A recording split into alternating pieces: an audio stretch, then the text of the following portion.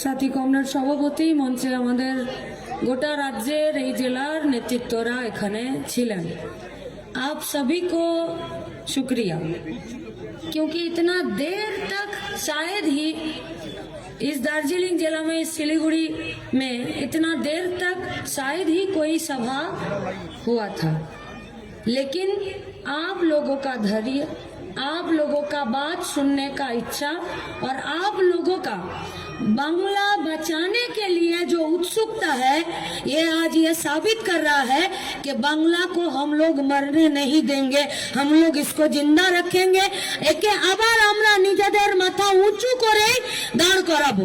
এরা চুরি করেছে, লুট করেছে, দুর্নীতি করেছে, চা বাগানে জমি বেচে দিয়েছে, চা বাগানের শ্রমিকদেরকে মিনিমাম ওয়েজ দেয়নি, তাদের জমির অধিকার দিচ্ছে না। প্রত্যেকটা দিন এই রাজ্য থেকে শয়ে শয়ে, হাজারে হাজারে, লাখে লাখে ছেলে মেয়েরা বাইরের রাজ্যে পড়ে থাকছে শুধুমাত্র দুবেলা খাবার জোগাড় করার জন্য। यही लोग, यही सरकार है जो 8,322 स्कूल का गेटों में ताला लगवाकर 22,000 दारू का दुकान खोले हैं। এরা ওই সরকারি গো যারা আমাদের চা বাগানের মেয়েগুলোকে বাইরের রাজ্যে পাচার হয়ে যাবার জন্য রাস্তাতে গ্রিন কার্পেট পেতে দিচ্ছে।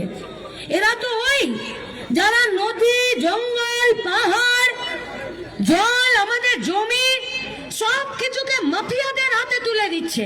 सीने में हाथ रखकर बोलिए ना, ये पूरा नॉर्थ बंगाल का जितना भी नदी है वहां पर যদি বজরি পাচার সরকারের নাকে ডগাই না হয়, এই উত্তরের জেলাগুলোতে এত বড় বাঁধ, বিপর্যস্ত বন্যার ক্ষতি হয়।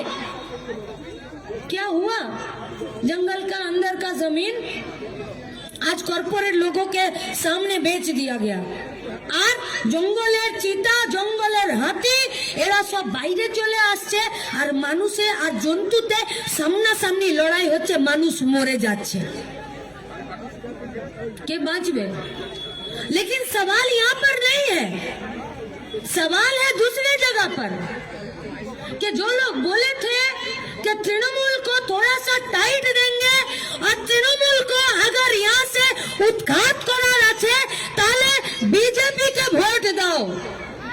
উত্তরের জেলাগুলোর মানুষ দু হাত ভরে বিজেপিকে আশীর্বাদ করেছিল, সমর্থন করেছিল, বিধানসভার ভেতরে ছিল। लेकिन 70 गो बीजेपी का माई का लाल का हिम्मत नहीं हुआ तृणमूल का चोरी को रोकने का। हुआ हिम्मत? 100 দিনের কাজের টাকা লুট করা থেকে বিজেপি তৃণমূলকে বাধা দিতে পারলো? বিধানসভার ভেতরে ছিল তো এতগুলো এমএলএ। নদী, জঙ্গল, জমি, আমাদের গোটা ট্যুরিজমকে কর্পোরেটদের হাতে বিলিয়ে দিল এরা तृणमूल कांग्रेस सरकार। बीजेपी का हिम्मत नहीं हुआ टू शब्द करार। आज तृणमूल, काल बीजेपी। नहीं, ज्यादा बोल दिए ना। সকালে তৃণমূল, বিকেলে বিজেপি, বিকেলে তৃণমূল, সকালে বিজেপি। ব্রাশ করার আগে তৃণমূল, ব্রাশ করে কুলকুচু করে জিভ ছুলে নিয়ে বিজেপি। যারা বাদরের মতো এই ডাল থেকে ও ডাল গেল তাদেরকে বাধা দিতে পারলো না। পুছিয়ে ইন সওয়াল। আমাদের দুটো প্রশ্ন বিজেপির কর্মীদের কাছে আর তৃণমূলেরও কর্মীদের কাছে। पहला सवाल तृणमूल का कर्मियों लोगों के पास कि आप लोग बोलिए, দলের ভেতরে কথা বলার জায়গা আছে আপনাদের? দলের ভেতরে একটা দিনও বলতে পেরেছেন যে আরজি করে কি ঘটে গেল আর চা বাগানের মেয়েগুলো পাচার হয়ে যাচ্ছে? কেন হচ্ছে? কেন তৃণমূল কংগ্রেসের পরিচালিত সরকারটা একটাবার রাস্তায় এসে বলতে পারছে না যে আমরা এই ধরনের রেপ, ধর্ষণ, পাচারের বিরুদ্ধে দাঁড়াতে পারবো? আমরা তৃণমূল কর্মীদেরকে প্রশ্ন করছি, মারছো, পিটছো, খুন করছো, ক্ষতিপূরণ আদায় করছো, কাজ থেকে তাড়িয়ে দিচ্ছ, খুব ভালো করছো, কিন্তু পঞ্চায়েতে ভোটে দাঁড়ানোর বেলায় আর এমএলএতে ভোটে দাঁড়ানোর বেলায় টাই ফিস। যার পকেটে পয়সা নেই সে টিকিট পাবে না, যার পকেটে পয়সা আছে উসি কো টিকিট মিলেগা। আর তারাই আপনাদেরকে সিঁড়ি বানিয়ে নিয়ে আর এই পশ্চিমবঙ্গের টাকা পয়সা का लूट करছে। हम लोगों का दूसरा सवाल बीजेपी के कर्मियों के पास है তৃণমূলকে টাইট দেওয়ার রাস্তাটা চওড়া করতে গেছিলেন।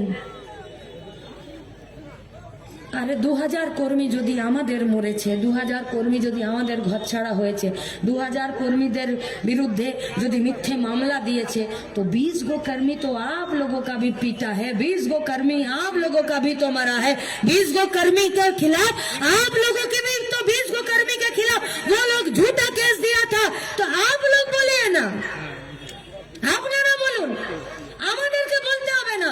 টিকিয়াপাড়ার মাঠে এসে কথা বলতে হবে না, পার্টি অফিসে গিয়ে আপনাদের জেলার আর রাজ্যের নেতাদেরকে গিয়ে জিজ্ঞেস করুন যে কি এমন বাধ্যবাধকতা ছিল যে গরুচোর অনুব্রতটা এখন জেলের বাইরে ঘুরে বেড়াচ্ছে, কি এমন বাধ্যবাধকতা ছিল চাল চুরি করার জ্যোতিপ্রিয় মল্লিক জেলের বাইরে ঘুরে বেড়াচ্ছে, কি এমন তৃণমূলের সঙ্গে বিজেপির বাধ্যবাধকতা আছে যেখানে চাকরি বিক্রি করে দেওয়া পার্থ চ্যাটার্জি আজকে জেলের বাইরে ঘুরে বেড়াচ্ছে, কি এমন বাধ্যবাধকতা আছে সরকারি ভাইপো কয়লা চুরিতে নাম থাকার পরেও পশ্চিমবঙ্গে সিনা টান কর ঘুম रहा है।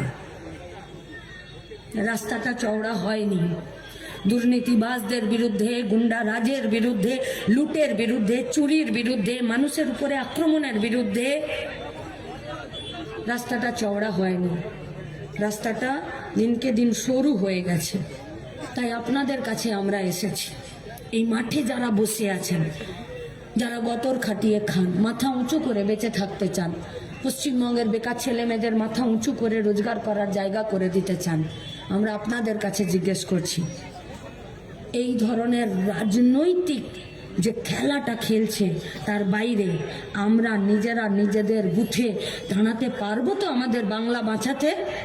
কি পারবো তো আমরা আমাদের বুথে বুথে এই বাংলাকে বাঁচাতে?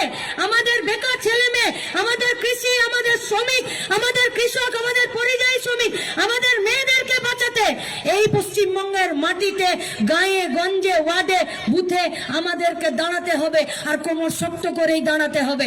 আমরা যতদিন আছি, এই পশ্চিমবঙ্গের খেটে খাওয়া মেহনতি মানুষ যতদিন আছে, কিসি মাই কা লাল কা হিম্মত নেই হোগা পশ্চিমবঙ্গের বুকে একটা আঁচড় কাটতে। তাই বাংলাকে বাঁচাতে, শিলিগুড়িকে বাঁচাতে, চা বাগান বাঁচাতে, জল জঙ্গল জমির অধিকারকে বাঁচাতে আসুন সবাই মিলে আমরা রাস্তার দখল নিই, বুথে দাঁড়াই, আর এই গোটা পশ্চিমবঙ্গকে বাঁচিয়ে তুলি। এই বাঁচানোর আন্দোলনে আপনাদের সবাইকে রাস্তায় সামিল হতে আমি আমার আহ্বান জানিয়ে আমার কথা শেষ করছি। ইনকালাব জিন্দাবাদ।